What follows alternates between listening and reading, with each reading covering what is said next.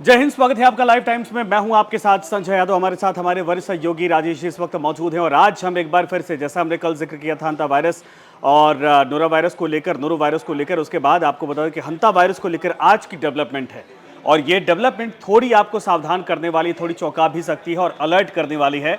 खबर कुछ देर पहले आई है, आपको बता दें कि स्पेन में जो शिप रुकी थी वहां से 17 नागरिकों को अमेरिका ने रेस्क्यू करके एयरलिफ्ट करके क्वारंटीन सेंटर अमेरिका लेकर वो पहुंची। अब उनकी जांच पड़ताल की जाएगी, 42-45 दिन तक क्वारंटीन किया जाएगा। समझिए कोविड वाले सारे जितने प्रोटोकॉल थे उनके ऊपर इंप्लीमेंट किए जाएंगे और ये सुनिश्चित किया जाएगा क्या वाकई में इनमें भी किसी में संक्रमण है या नहीं है।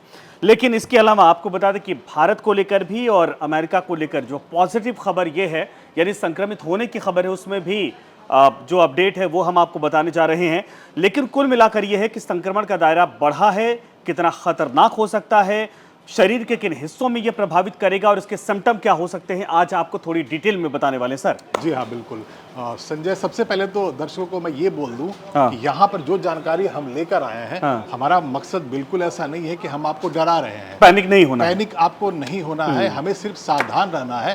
तो आपको अपना बचाव करते रहना है, आपको सावधान रहना है। अब जो आज का जो नया डेवलपमेंट है, जो अभी संजय ने कहा, तो उसमें जो वहाँ पर जो 147 जो जहाज में जो सवार थे हॉन्डुरस में, जो अभी स्पेन में हॉन्डुरस जो जहाज वहाँ है, अलग अलग देशों के वहाँ पर 147 से ज़्यादा पैसेंजर्स थे और उसमें से 10 हैं जिसमें 3 की डेथ हो गई है और 7 अभी पॉजिटिव पाए गए हैं।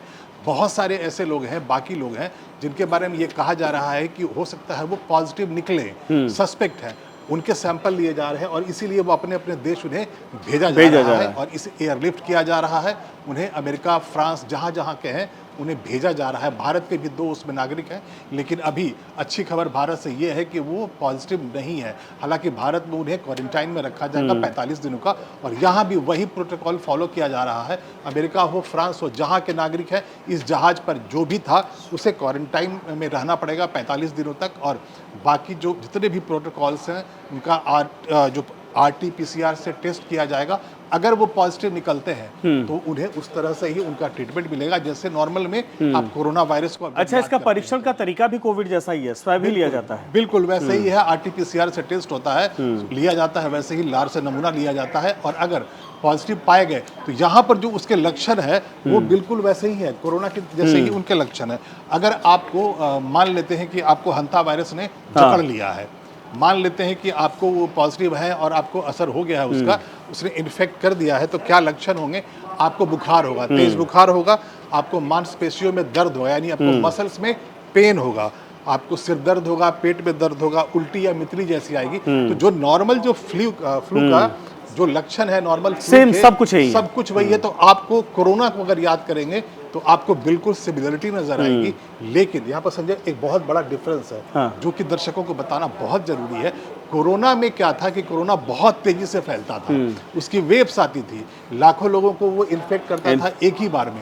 हमें 2020 और 2021 का वो अप्रैल और मई का महीना याद होगा, तो वेव्स आते थे और अगर आप दफ्तर में हैं तो आपके आसपास के लोगों को सर्दी जुकाम हुआ पड़ा होता था, आप अपने घर में हैं तो परिवार वालों को हुआ होता था, आपको हुआ होता था। तो ऐसे जो वेव्स थे उस समय आते थे। लेकिन यहाँ पर ये जो हंता वायरस है वो कोरोना की तरह बहुत बड़े कैनवस पे तो नहीं फैलता है, बहुत बड़े वॉल्यूम में वो नहीं फैलता, लेकिन जहाँ पर फैलता है, जहाँ वो इन्फेक्ट करता है, जो पॉजिटिव पाए जाते हैं, तो वो ये देखा ये जा रहा है वो बहुत जल्दी सीरियस हो जा रहे हैं। ये दोनों में बहुत बड़ा डिफरेंस है। कोरोना बहुत जल्दी सीरियस आपको नहीं बनाता था, वक्त लेता था, लेकिन हंता वायरस, और यहाँ पर ये भी बताना बहुत जरूरी है कि अगर आपने वक्त रहते हंता वायरस से इन्फेक्शन के बाद आपने मेडिसिन नहीं लिया तो आपके शरीर में अंदर लीवर और किडनी पर भी असर पड़ सकता है। अच्छा, वो रेस्पिरेटरी सिस्टम को सीधे इफेक्ट करता था, इसमें किडनी सबसे ज्यादा कहा जा रहा है कि प्रभावित हो रही है और 38% इसमें मोर्टेलिटी रेट यानी कि मृत्यु दर है। अगर आप वाकई में आपका डायग्नोज पहले नहीं हो पाया और आप उसको लापरवाही कर गए, आपको पता नहीं चल पाया, तो इसमें यह खतरा बढ़ जाता है।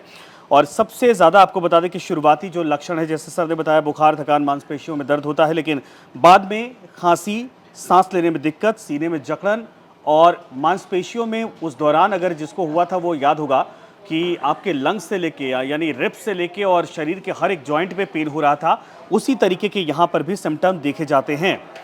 और संक्रमित चूहों के यूरिन मल या फिर लार के संपर्क में आने से, यानी जहां जहां आपको चूहे दिखाई दे रहे हैं थोड़ा सावधान रहिएगा, वहां पर दवाई वगैरह छिड़किए। और ये कहा जा रहा कि एक चीज़ और डराने वाली थोड़ी है कि दूषित हवा में सांस लेने से भी ये फैलने की हाँ, संभावना मैं इसकी है। एक्सप्लेन कर देता हूँ इसको। अब जैसे है कि आप कोरोना के वक्त भी क्या ह्यूमन टू ह्यूमन जो आपको जो स्पर्श होता था, जो टच होता था, हाँ। उससे भी कोरोना फैलता था और सांस से भी फैलता था। यहाँ पर भी हंता वायरस में ही, वैसे तो ये रॉडेंट से आते हैं, चूहों से आते हैं, इन्फेक्शन चूहों की वजह से हो रहा है। लेकिन आप इमेजिन कर ले, अगर कहीं पर चूहे की पॉटी पड़ी है, वहाँ पे यूरिन पड़ा हुआ है, तो वहाँ से जो हवा जो निकलती है उसे अगर आप सांस लेते हैं तो आपकी सांस में ये वायरस जा सकता है, आपको इन्फेक्ट करता है। तो चूहों से ही निकलता है और चूहों से अगर आपको बचाव आप कर लेते हैं। नहीं, ईयर टू ईयर मतलब ये एक तरह से कहा जाए इफेक्ट कर रहा है।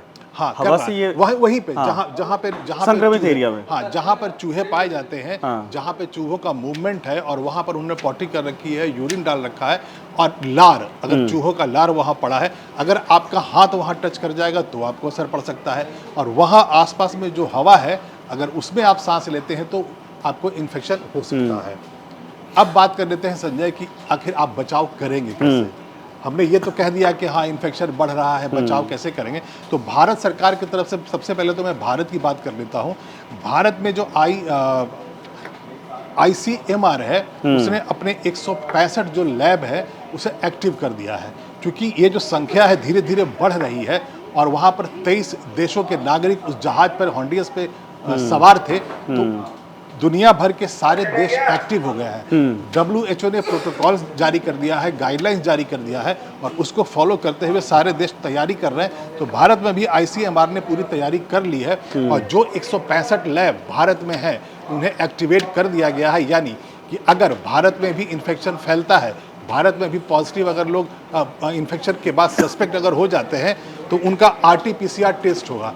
आपको याद होगा कोरोना के वक्त में जैसे आपके लार को वहाँ स्वैब को ले लेते थे और वो सैंपल जाता था उसका लैब में और RT-PCR टेस्ट होता था, फिर ये पता चलता था कि आप पॉजिटिव हैं या नहीं है। तो बिल्कुल तैयारी भारत में भी कर ली है। हालांकि यहाँ पर सिल्वर लाइन भारत के लिए ही कि जो 2 नागरिक भारत के वहाँ थे वो पॉजिटिव नहीं है अभी तक। सस्पेक्ट बहुत सारे हैं, लेकिन उनको भी क्वारंटीन रखा जाएगा, क्योंकि जी हाँ, अगर वो मान लीजिए कहीं से भी संक्रमण का थोड़ा भी हिस्सा उनके पास या उनके जरिए ट्रांसमिट होता है तो वो डेंजरस हो जाएगा। और ये लैटिन अमेरिका से जो शिप थी वो स्पेन तक अभी यात्रा कर पाई थी, लेकिन उसी दौरान ये संक्रमण फैल गया। लेकिन जो WHO ने कहा उसके आधार पर ये कहा जा सकता है कि 1 से 8 सप्ताह के भीतर इसके संक्रमण के लक्षण दिखने में लग जाते हैं, लेकिन इसके बाद मरीज की हालत तेजी से बिगड़ने लगती है। WHO के मुताबिक हंता वायरस के चपेट में आने वालों में से 35 से 40% लोगों की मौत 6 सप्ताह के भीतर, यानी 1 से 1.5 महीने के भीतर हो जाती है, जो लोग बहुत ज़्यादा हाईली इफेक्टेड हो जाते हैं। और ये थोड़ी सावधान करने वाली है। हालांकि बहुत दूर है, अभी 7 समंदर पार कहिए भारत के हिसाब से, लेकिन वायरस है और कभी भी किसी भी देश में दस्तक दे सकता है, किसी को अंदाज़ा नहीं लगाया जा सकता है, क्योंकि दुनिया अब ग्लोबली एक दूसरे से कनेक्ट हो चुकी है। और अगर इसका ओरिजिन प्लेस क्या है ये थोड़ा पता चल जाए तो और ज़्यादा थोड़ी सतर्कता बढ़ जाती है। लेकिन अभी शिप को टारगेट करके उसको पूरा सैनिटाइज किया जा रहा है, लोगों को क्वारंटीन किया जा रहा है ताकि दुनिया में फैलने से इसको रोका जा सके। अच्छा, दर्शकों को ये बता देते हैं कि प्रोटोकॉल्स क्या है, WHO ने क्या बताया है, आप अभी अपने आप को कैसे बचा सकते हैं। ये वायरस आपको इन्फेक्शन ना दे दे तो आप करेंगे क्या। तो चूंकि ये चूहे से फैल रहा है तो सबसे पहले यही है कि जो आपका घर है, आपका दफ्तर है, आप उसे पूरी तरह से सैनिटाइज कर लें, साफ सफाई का पूरा ध्यान रखें। दूसरा, आपके घर में, आपके दफ्तर में जो छोटे छोटे जो छेद होते हैं जहां से चूहे आ जाते हैं, आप उसे बंद कर दें। यानी कि आपके घर में अब चूहों की नो एंट्री करनी पड़ेगी, तभी आप बच सकते हैं। उसके बाद है जो खाना, स्टोरिंग फूड सिक्योरली, यानी कि ये गाइडलाइन है जो मैं कह रहा हूँ, वो WHO ने प्रोटोकॉल जारी किया है। तो उसमें ये बताया गया है कि जो आप खाना बना कर रखते हैं, अगर आपने फ्रिज में रखा तो बंद है, लेकिन आपने उसे अगर बाहर रखा है, आपका रेस्टोरेंट है, आप समोसे और चाय की दुकान चलाते हैं, तो जो खाने पीने की जो चीज़ें हैं जहाँ पर चूहे आते हैं, अब मैं अगर समोसे की दुकान की बात करूँ तो चूहे तो आते ही रहते हैं, मिठाई की दुकान में चूहे आते ही रहते हैं। तो जो भी खाने पीने की चीज़ें आपने रखा हुआ, आपका घर हो, दफ्तर हो, या आपका कोई बिजनेस, कोई सेंटर हो, रेस्टोरेंट हो, वहां आप उसे ढक कर रखेंगे। उसके बाद है WHO ये कह रहा है कि आप अपने घर में जब या दफ्तर में या दुकान में जब सफाई करते हैं तो वहाँ पर ड्राई स्वीपिंग नहीं होनी चाहिए, यानी सिर्फ झाड़ू से काम नहीं चलेगा। आपको सैनिटाइजर डाल के उसे पूरा पोछा लगाना पड़ेगा, सैनिटाइज करना पड़ेगा उस पूरे इलाके को जहाँ जहाँ चूहे गुजरे हैं। और लास्ट जो कि बहुत जरूरी है, जो कि कोरोना काल में भी जो प्रोटोकॉल में सबसे ऊपर था, आप अपने हाथ को हैंड वॉश से, बहुत अच्छे हैंड वॉश से या सैनिटाइजर से आप सैनिटाइज करते रहिए, अपने हाथ को साफ सुथरा रखें ताकि आप इस वायरस की चपेट में ना आ पाए। अच्छा, एक कॉमन सी बात मैं बताता हूँ, देखिए ये तो सावधानियां ही हैं, लेकिन दिल्ली में आपके पास भी गाड़ी, हमारे पास भी गाड़ी है, अमूमन आपने देखा होगा कि गाड़ियों के इंजन में चूहों के पैरों के निशान होते हैं, आ ही जाते हैं, काट देते हैं। अब ये बताइए, ऐसा तो नहीं कि वो सैनिटाइजर का दौर दोबारा वापस आ जाएगा, हाथ में लेकर जेब में लेकर चलना पड़ेगा? WHO ने तो यही कहा है कि आप अपने हाथ को सैनिटाइज रखिए, साबुन से या सैनिटाइजर लगाइए। WHO यही कह रहा है कि आप क्लीन, जो आप स्वीपिंग करेंगे अपने दफ्तर में या घर में, ड्राई नहीं होने चाहिए। आप नॉर्मल झाड़ू नहीं लगाएंगे, वहां पर आप सैनिटाइजर डालेंगे, कोई केमिकल डालेंगे, एसिडिक कोई सोल्यूशन डालेंगे और उससे आप सफाई करेंगे। तो चूंकि अभी यहाँ पर आउटब्रेक नहीं हुआ है, अभी संख्या बहुत थोड़ी है और सस्पेक्ट ज्यादा है, पॉजिटिव केसेस बहुत कम है, तो अभी इतने बड़े पैमाने पर प्रोटोकॉल्स लोग फॉलो नहीं कर रहे हैं। लेकिन WHO कह रहा है कि आप इन प्रोटोकॉल्स को फॉलो करें, करना होगा। देखिए WHO भी रिसर्च भी कर रहा है और तमाम दुनिया भर की संस्थाएं रिसर्च कर रही। म्यूटेशन रेट इसका कितना है, यानी जो रूप बदलने की प्रवृत्ति इसकी है या नहीं है। अगर जैसे कोविड में था, म्यूटेशन रेट बहुत खतरनाक है, जब वेव चेंज हो रही थी उस दौरान उसके रूप और उसमें एक तरह से कहा जाए कि वो बहुत जल्दी अपने आप को डेवलप कर रहा था सिचुएशन के अकॉर्डिंग और माहौल के हिसाब से। क्या वाकई में म्यूटेशन रेट इसका है, या फिर अगर नहीं होता है तो बहुत अच्छी बात है, इसके फैलने के संक्रमण के दायरे कम हो जाएंगे, और अगर है तो फिर ट्रांसमिशन का रेट अगर उससे ज़्यादा पाया जाता है तो ये थोड़ी चुनौतियाँ, चिंता की बात ज़रूर हो जाएंगी सर। जी हाँ, और अगर ये वीडियो आपको अच्छा लगा हो तो आप इसे लाइक कर दें और शेयर कर दें, और हमारे चैनल को आप सब्सक्राइब भी कर लें। हमारा न्यूज़ चैनल है लाइव टाइम्स, उसका ऐप है प्ले स्टोर पर, आप उसे डाउनलोड करें और 24 घंटे देखते रहें हमारा न्यूज़ चैनल लाइव टाइम्स। धन्यवाद आप सभी का। धन्यवाद।